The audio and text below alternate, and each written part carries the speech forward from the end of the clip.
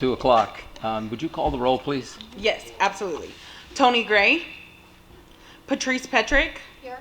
Robert Seifert. Here. James Wilton. Here. John Reinders. Here. Charles Lewis. Heather Kanufsky. Here. Thank you. We have a quorum. Let's say the pledge. Everybody stand.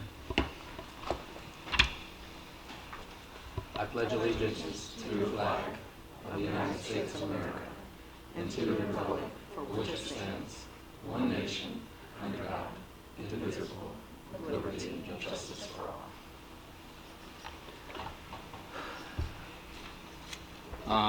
Are there any announcements that you guys have or anything you want to say? I will ask everybody to turn off their cell phones, please. And our next meeting is August 25th. Are you guys okay for that? Okay. Now's the time. Yes. And just super quickly before we get started, Alexandra Friend, board recorder for the record.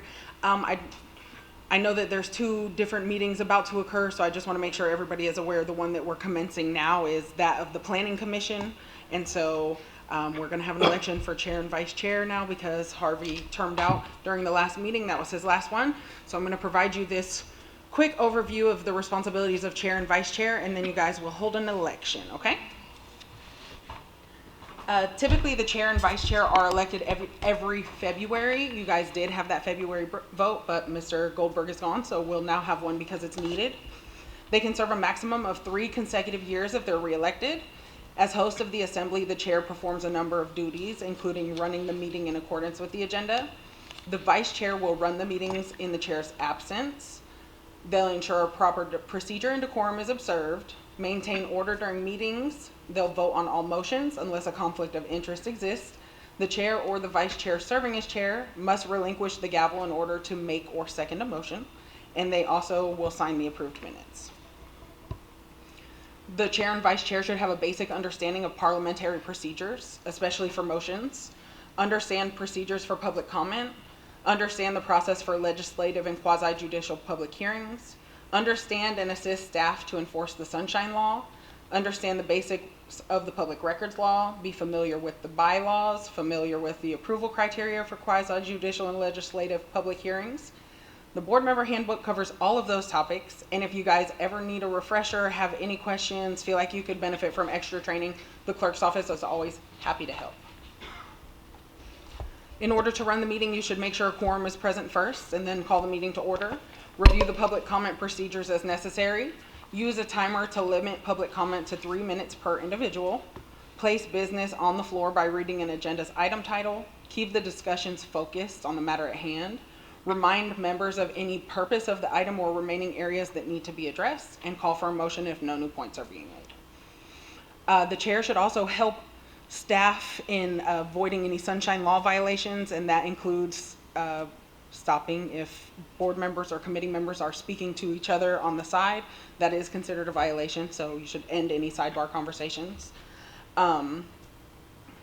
Ensure proper motions are made and call for a motion if necessary if the conversation is getting repetitive and something still needs to be addressed.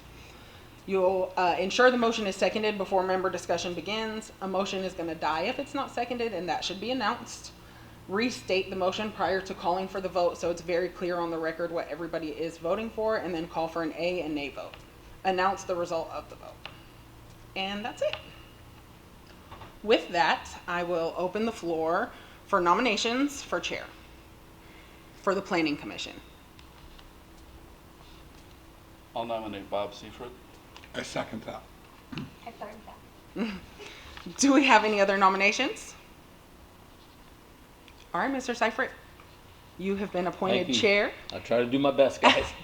And now, because Mr. Seifert was your vice chair, now we'll need to hold another election for vice chair. So I'll open the floor for nominations for vice chair.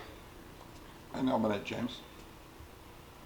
Do we have any other nominations? Okay. All right, Mr. Wilton, you are vice chair. Thank you, guys. Yeah, buddy. You gotta pay for that, John. All right. Well done. All right. I know I your have cop's it down. sometimes. This is a meeting of the Planning Commission held at Lashley Community Room, 120 Lashley Court, on July 28th, 2025. The first agenda item is approval of the minutes. Is there any discussion about that? I'll entertain a motion to approve the minutes from June 23rd, 2025. So move. Second. It's been moved and second to approve the minutes of June 23, 2025. Is there any more discussion? If not, I'll entertain a vote saying aye if you agree. Aye. Aye. Carries unanimously.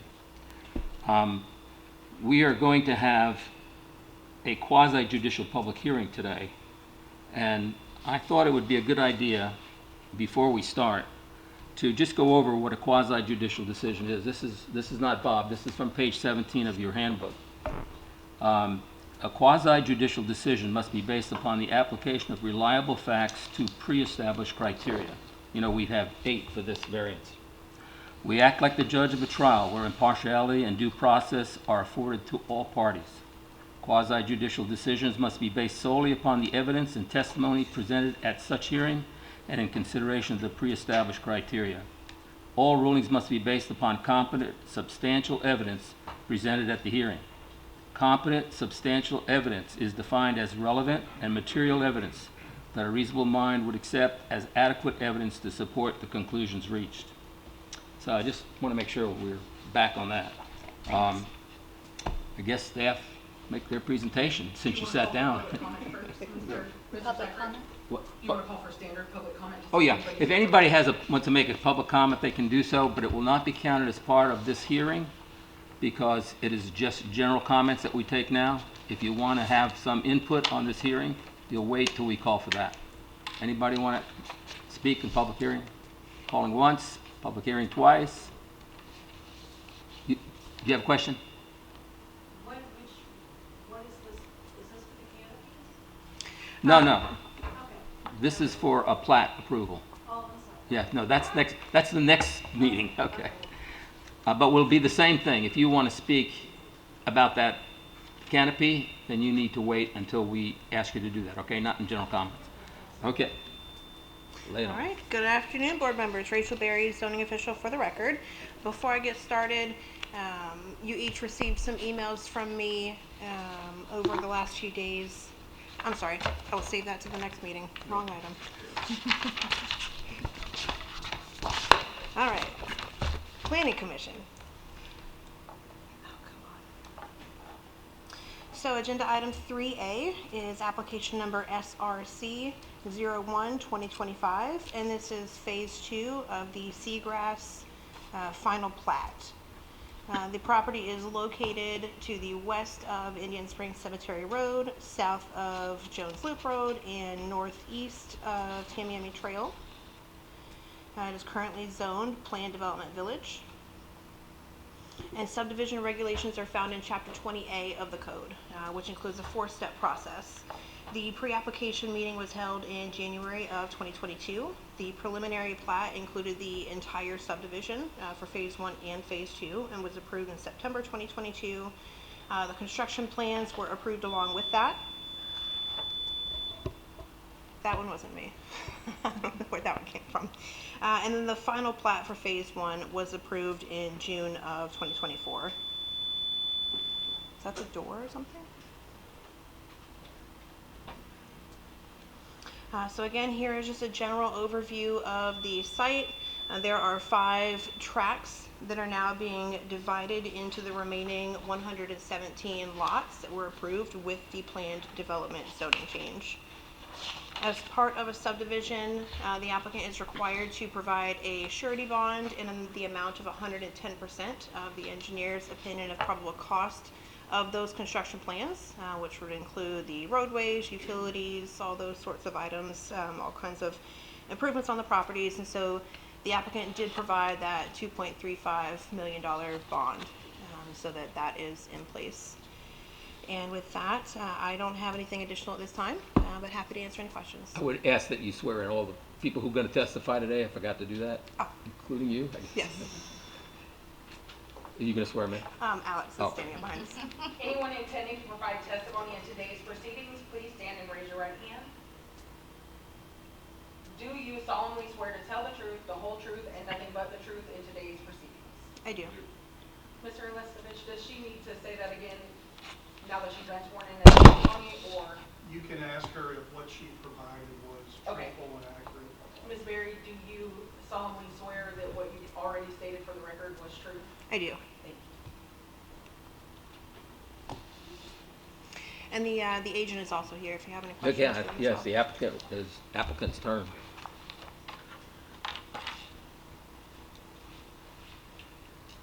Good afternoon. For the record, Todd Riebel with Atwell Port Charlotte. Not a whole lot to discuss today because this is just a replat of the original final plat that was recently recorded last year. And so this is just like Ms. Berry said, is really just the final phase of platting 117 lots. Construction is basically done on site, and so this is just really the recordation of the final plat. However, I am available if you have any questions. We do share in staff's findings and conclusions in the report, but I'm available if you have any questions. Any questions from the board? You're good. Thank you.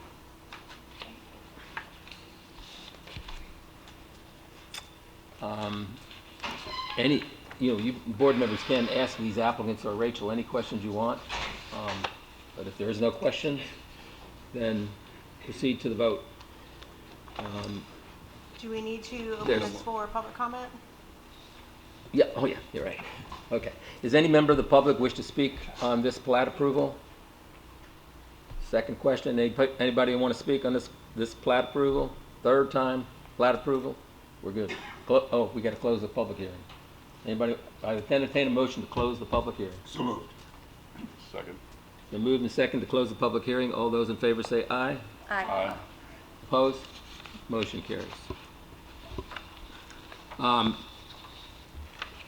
Now we'll go to, I'll entertain a motion to approve the plat, and it's listed on the back what the language you have to use in case you don't know.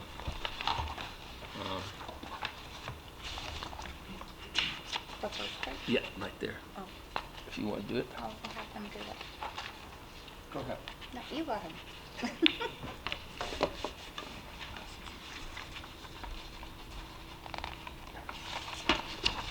Right here. Where's the outline from here? Oh, you can't see it. Can you see it? Yes, I'll read it. Here, it's right there, from Okay. there. And it's, Based on the evidence and the testimony presented at this public hearing for item number SRC 012025, finds that this request is consistent with the City of Punta Gorda's comprehensive plan and move that we recommend to the City Council approval of this request. If any person decides to appeal any decision made by this board with respect to any matter considered at the meeting or hearing, he or she may need a record of the proceedings, and for such purpose, he or she may need to ensure that a verbatim record of the proceedings is made, which record includes the testimony and evidence upon which the appeal is to be based. Thank you. there's been a motion to approve the plat, SRC 01-2025. Is there a second? I'll second. A motion is second to approve the plat. All those in favor say aye. Aye. Opposed? Aye. We have no further items today. Okay, we're done with the planning commission now? We have a That board is training. correct. Agenda item 4A is going to be moved to the next agenda. That's a good idea. Yeah, great. Okay. Is our meeting adjourned? This meeting for the planning commission is adjourned. Okay, next we have a Board of Zoning Appeals meeting, and Hold on.